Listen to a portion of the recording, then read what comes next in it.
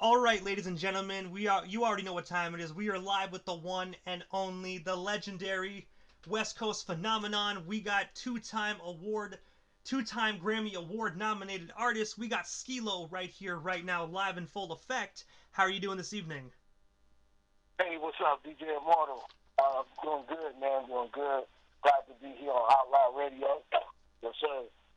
I appreciate that, Skee-Lo. I really do, man. And I really do hope that you're being that you and yours are actually safe out there on the West Coast, man. 2020 is most definitely giving us a low blow.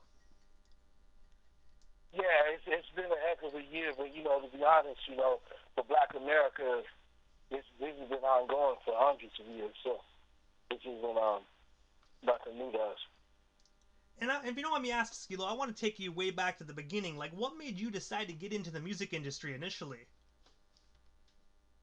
Mainly passion, man. I got to travel when I was young, so I was born in Chicago, but my folks was in the military, so I had to travel a little bit with family and live with them. And I went to New York, and I saw hip hop for the first time in the '80s, and it just with that hip hop culture just took a hold of me, and I just had to be a part of that. And I gotta say, look at you now, years from now, man. You are solidified within the hip hop culture for sure. Praise be to God, man. It's hard work. It's really I just try to keep true to being an MC. I believe in lyrical acrobats and freestyle, and just incorporating the elements of hip hop in everything I do, the culture and everything I do. You know. And while I was doing my research for this interview, I found something on the net there, but I only saw it on one directory, so I wasn't quite sure if it's true. But I figured I'd ask it anyways because it's pretty interesting. I read that you actually started out performing with radio DJ Pat D of Pat D and the Jack Factory for KGGI 99.1 FM. I have to ask you if that is true. What was it like actually? What was it like being a part of that? And of course, like how did you guys get connected? That was real. I was in high school at the time. This was before I wish. And at the time, I was opening up shows for like was that Vanilla Ice and CNC Music Factory and people like that. But I was a local artist, but I had a single out. It was called Living for the Weekends, and it was on 99.1. And that's how I got with Pat D. He's a solid cat too, man. Like he was with me in my whole earlier career, and we did a lot of shows and tours together. And then I had a record deal under RCA Records at that time with Bobby Ross Avila, who produced records for Michael Jackson, Teddy Riley, and stuff, people like that. So I've been around for a while, like in the underground. And that's crazy as well. Like RCA was huge back in the day. They had some phenomenal artists. Yeah, I was with them in DMG at that time. So yeah, it was cool. And also in '95, and I do want to say for the record there, Skilo, you probably got asked this a million times, but in '95, your single "I Wish" was actually a huge hit that actually earned you many nominations and wins from the VMA Awards right down to 2 Grammy nominations. But I have to ask you, what was the story behind that amazing signal? And of course, did you think it was actually going to be as big as it was when it first got on the when it first hit the press? Wow. Not. I really didn't know. You never really know what a record's gonna do. I had a good feeling about that record and others. But the way it came about was unique because I was going to the Good Life every Thursday, which is an underground hip hop club in LA, where legendary MCs come out of there, like Volume 10, Ahmad, who's that? Farside. So many great artists came from the Good Life, and I used to rap there every Thursday. I was the OG MC there, and that's where I first performed "I Wish," actually, which was originally in freestyle, and it took off there. And all those songs that I was recording every week for the Good Life, a lot of those records made it onto my album. So when I was trying to get a record deal, all the labels would give me the so he wouldn't sign me. And on that album, but then another radio station gave me an interview in LA, and that's actually how I got first heard. So on that level. So when the song was what song was that? It was This Is How It Sounds. It was This Is How It Sounds from my first album that I played on the radio, and everybody called in and said, y'all should sign that, brother. And by the time I got home, all the labels that rejected me was offering me record deals. That's actually pretty cool, though. I bet you they were kicking themselves in the ass when they actually heard that and was like, "Damn, man!" Did you turn them all down, or like which one did you actually accept? I accepted an independent label. Actually, it was Sunshine Records that I decided to go with. And also as well, man, I loved your video for I Wish as well. You know, you were sitting there kind of like Forrest Gump with a box of chocolates at the beginning and whatnot. I think that was catchy, you know what I mean? Especially how Forrest Gump came out a year before. I think that was a phenomenal video, man. Yeah, man, that was I had just saw the movie. I loved the movie. And I didn't know that, it just so happens that it's very like a replica of my life in music. I've been fortunate to do a lot of things I didn't necessarily plan out to do, but just got involved in. I was fortunate to be able to act, to rap, to host, to do a number of things. So I thank God, I praise Allah every day for the blessings I've had. And before we actually move off the topic of I Wish, I also noticed that you were actually featured in an episode of Family Guy. I have to ask you, what was it like working on that episode? And of course, how did you get connected with the writers of Family Guy? Well, I got a great music publisher to begin with, and I own the rights to my material. So very important for artists out there, independent artists coming up. Don't just give your rights away. And I know there's a lot of record deals that go around and give you 360 deals. They offer you a lot of money, but all money ain't good money. And sometimes especially when you're a hit maker, you write hits. Don't give up your work. It's better to be independent, than just get out there all the time. So think about that when you're doing it. But I was fortunate to, get a hold of all of my rights and fight for it. And so the publisher made a great deal for Family Guy with that. And one thing I do want to ask, because I'm pretty sure you knew exactly what was going into the show, but I was really wondering, were you happy the way Family Guy portrayed you? Because I do know that sometimes they love to rattle some feathers with their content on their television show. Yeah, I know they're edgy anyway, but I was on the floor. I was on the floor when I saw it, so I thought it was cool. Because I remember seeing a clip of it, and then I watched it as well, and I was like, wow. I'm like, because with Family Guy, you don't really expect something, but also it's Family Guy, so you really don't know what to expect, especially when Peter gets going on in his thoughts. Right, exactly. Yeah, that was a tricky license. And shout out to Modern Works Music Publishing too for making that happen. And also, your single, Top of the Stairs, was actually featured in the ending credits and the soundtrack to the film Money Train. I have to ask you, how did that come to be for you? And of course, what was it like being part of that amazing movie?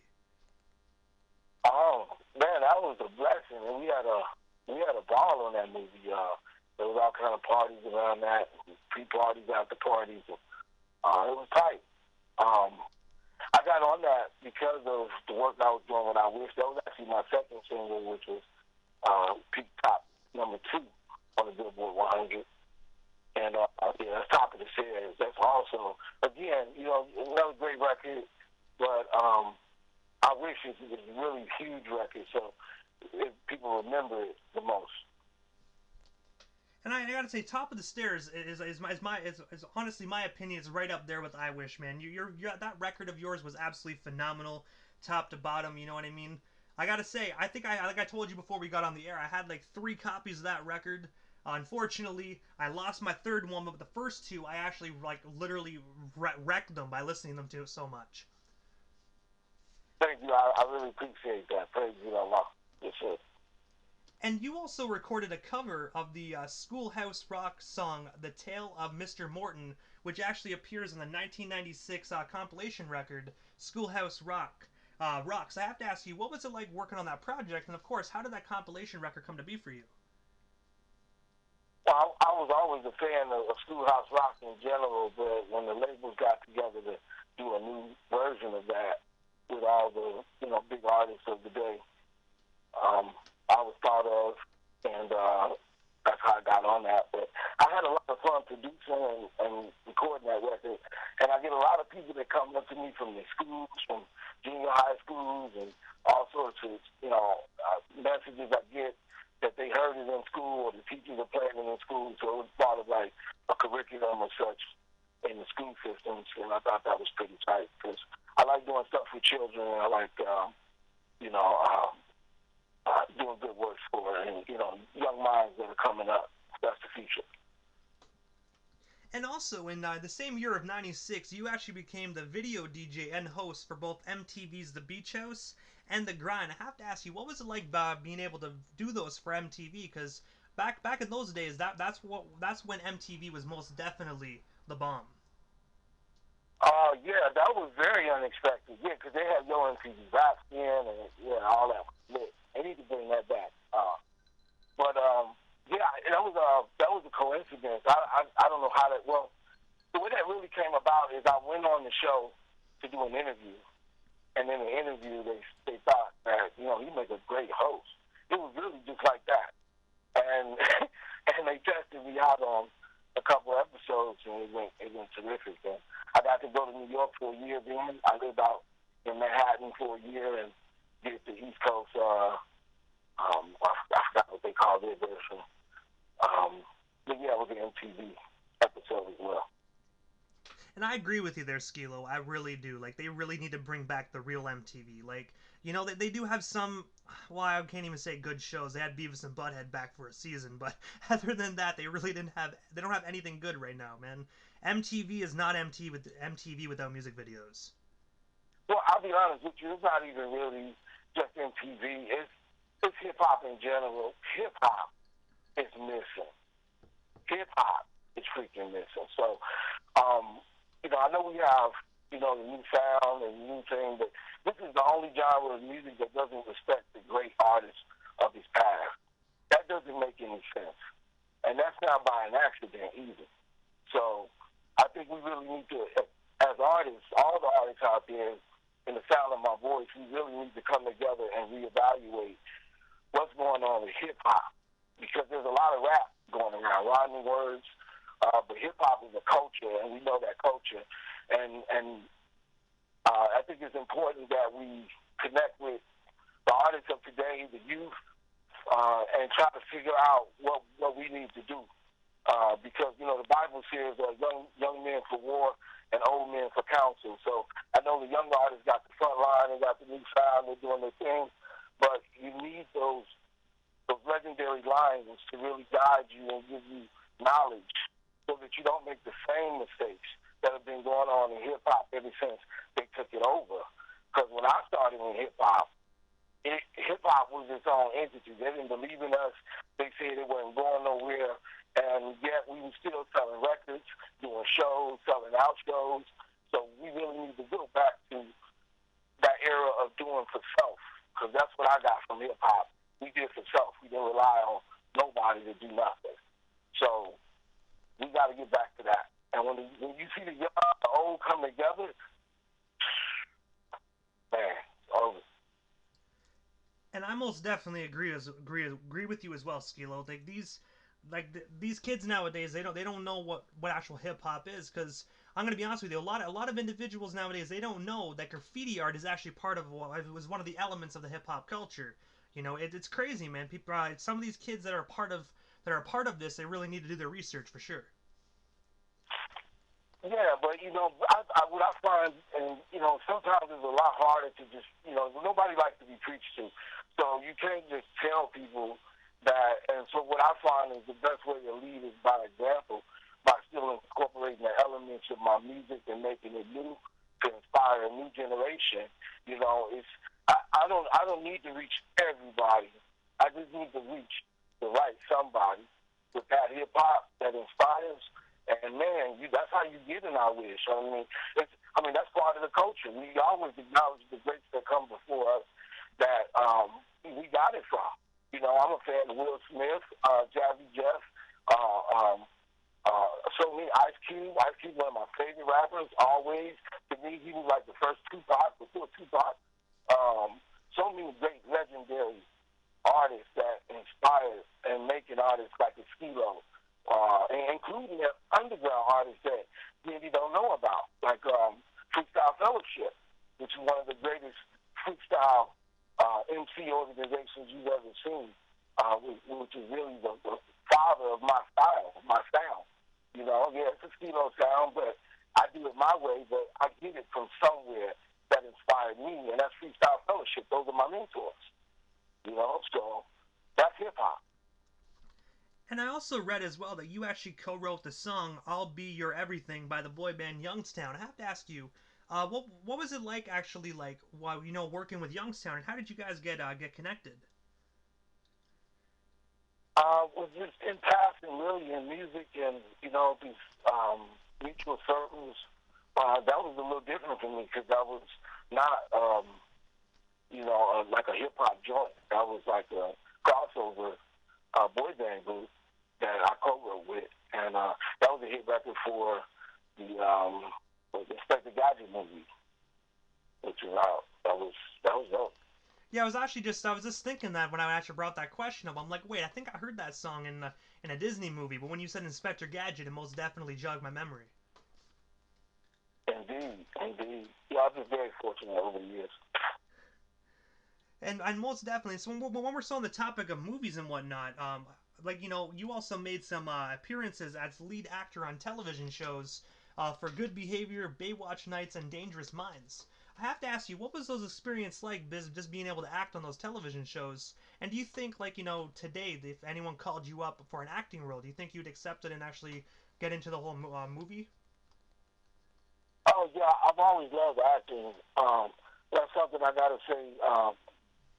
My video director for I Wish, Marty Thomas, rest in peace, always said that I was a natural actor, and so I took that to the test, and I was fortunate to get some roles, praise be to Allah, for Dangerous Minds, which I was the star of Dangerous Minds, at least I would have been, but after I was late. I came late, I came late to the event, and so I missed that opportunity. But I did get to be on a few other episodes, which is cool. But yeah, I'll be acting again in the future, I'm sure. Right now, I'm just doing a lot of business behind the scenes and creating opportunities for up-and-coming artists. And also, I read as well that the video for your song "Burning Up" was actually filmed at actor Howie Mandel's house, which was rented by his son to MTV without Mandel's knowledge. I have to ask you, what was that experience like for you, just being able to record at Howie Mandel's house, and what happened when Howie Mandel found out, if he did? Oh yeah, that was the trip, because yeah, he didn't know. He didn't know we was coming at his house. Cause you know how he is about people around his things. So I got with his son and worked out a deal on the low, and paid him to take over the house for that video. And I think you can see it online today, Burning Up, And he did find out about it. I only heard the story from his son, so I wasn't there to see that. But yeah, it was fun. Hey, well, you know what? At least you guys got the filming done. At least he didn't show up while you guys were filming and started flipping out. So at least you got your video done. The son probably got grounded for a long time, but hey, you know what I mean. Well, he's a businessman too, so I don't know. I'm sure it was an awkward situation for him, but yeah, we got that video done. It was cool. And also, I noticed as well that you are the co-founder and CEO at Music Mogul Entertainment. I have to ask you, what's the story behind that company? And of course, what services do you guys offer to the general public? We offer a number of services in distribution and marketing and promotion. So, starting with distribution, I have to check on this, but we may be the first black-owned like TuneCore, if you will. We offer worldwide distribution. Artists collect 100% of the royalties, and it's very easy to use. You can use our distribution from a cell phone, from your laptop. You can do this from anywhere in the world. Our pricing beats anybody in the market. I don't care what distributor you want to go through. Our pricing is more competitive, and our service is more broad. So if you get a chance, please go check us out at musicmogulent.com. That's musicmogulent.com, and release your music to the world. We also have label services, but that's only exclusive to seasoned artists who have been in the business or maybe done something in the business or just got a bit of a buzz, maybe understand a little bit about how the business works. Those are the kind of artists we like to work with on the label side, because it requires knowledge and patience. And that's pretty cool, that you actually offer the distribution, because some of these artists nowadays they know how to do the music, but they don't know how to distribute themselves professionally and properly. So it's really cool that an individual like yourself is really having those services to help these youngsters out. Yeah, well, I mean, I haven't been being an artist myself and haven't been through the ropes and the ringer, et cetera. You learn. And that knowledge, it has to be passed on. It also, it's for the up-and-coming artists. They don't know everything just watching TV. It's not going to tell you what you need to do. And also, you recently released the EP Untouchable. I have to ask you, what's the inspiration behind that EP? And of course, where can our listeners buy or stream themselves a copy of that particular project?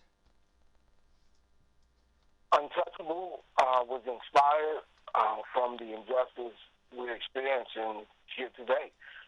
We're not fighting for civil rights, we're fighting for human rights. I'm essentially we have one group telling another group of human beings not to kill them. And for me, that's not a debate. That's not a discussion. We need reparations. We need our own land, which is what we should always have. We are our own people. We had a place we came from before here. They won't say where they stole us from, but because they will give you rights to that country, that continent, the international rights, that a crime has been committed on a people with no land. It just doesn't make sense to me that we're still here after 400 years fighting for the same things and not getting anywhere. And I don't feel like I need to. Of course, we're going to make our claim and state our position, but I'm not begging anybody for a freedom and justice I deserve and is my God-given right. So I'm tired of seeing black people killed. I'm tired of black people getting killed for no reason, for creative reasons, like selling cigarettes and just walking down the street. In Los Angeles, I live in Laverne Park. Jogging up the street, I didn't take my car out this day. I wanted to get my daughter from school. I'm jogging up the street. I get stopped by police. I'm thrown on the floor. I'm harassed. I'm ridiculed and talked down on. I'm just going to get my daughter from school because I'm running in my own neighborhood. That's a problem. So that's why I had to do an Untouchable, because there's no justice. And you got to speak truth to power, because that's hip-hop. And I'm a hip-hop artist. It's just too quiet for me. Too many quiet people for me. Too many people on the sidelines. There are people dying. And I don't appreciate it. So this is my personal protest about it. And I gotta say, Skee-Lo, and I'm not just telling you this because you were talking on the phone live on the station, but I was even saying this there to our listeners before this interview started. That is probably one of the most powerful songs that I have personally ever heard. It's powerful. It really makes. I really do hope that song sparks a change, because me personally, I can't stand racism. I really don't understand how racism is even a thing, because in my personal opinion, at the end of the day, we all bleed the same color. It's just a shame that even, our children have to see, that this is where the world is today. Most powerful country in the world, and this is where we are today. So, yeah, I want change. I want change. I want it now. But the change I want is a universal change. It's more than a right. It's a universal law by God, and this is the decree of God that we be made free. So until we experience the full freedom, you hear no peace, no justice. People think it's rhetoric, but we serve a mighty God, and let that resonate. And I also saw as well, Skee-Lo, that Untouchable is actually available on vinyl. Where can our listeners actually snag themselves a vinyl of this single? Because that right there is a collector's item. I don't have I don't have the link available for that to just give right now. But if you visit the website, musicmogulent.com, I will make sure that tomorrow that is added by tomorrow. And I do want to say it's really cool that you actually make that available as well, because vinyls are really starting to come back. I've been reading about that. There's a lot of vinyl going around right now. That's really tight. That's hip hop. And I gotta ask you, Skee-Lo, is there anything I happen to miss during this interview? Anything else you still want to talk about or promote? We still have you here live on the radio station. Man, I want to just encourage more artists to do positive music, good music out there for the people, and I just want everybody to be good to each other. That's it. And God first. And so, Skee-Lo, this is the time in the interview that I give a chance for the individual that comes on 97.7 Outlaw Radio FM. Just a chance to give shoutouts to whomever they want to give shoutouts to. And of course, your social media handles. That way our listeners can follow you if they're not already doing so. But you're the legendary Skee-Lo, so I really do hope they're already following you. Incredible. I would like to give shout-outs. I ain't done this in a while. I want to give shout-outs to Michael DeBarge for that incredible remix of Untouchable. Him, Michael Cassidy, and Dre the Most did. I also want to thank David Ruffin Jr. for the incredible performance he did on there. And, of course, the incredible Natalis, who herself is winning in music right now with her music on the charts. I think she's number 13. Really incredible work that they did on the Untouchable remix. So I want to give them a special shout-out. And I'm sure there's a lot of people I'm going to forget. So if I did, just peace and blessings to everyone. Be good to each other. And I got to say, Skee-Lo, first and foremost, again, thank you so much for taking 28 minutes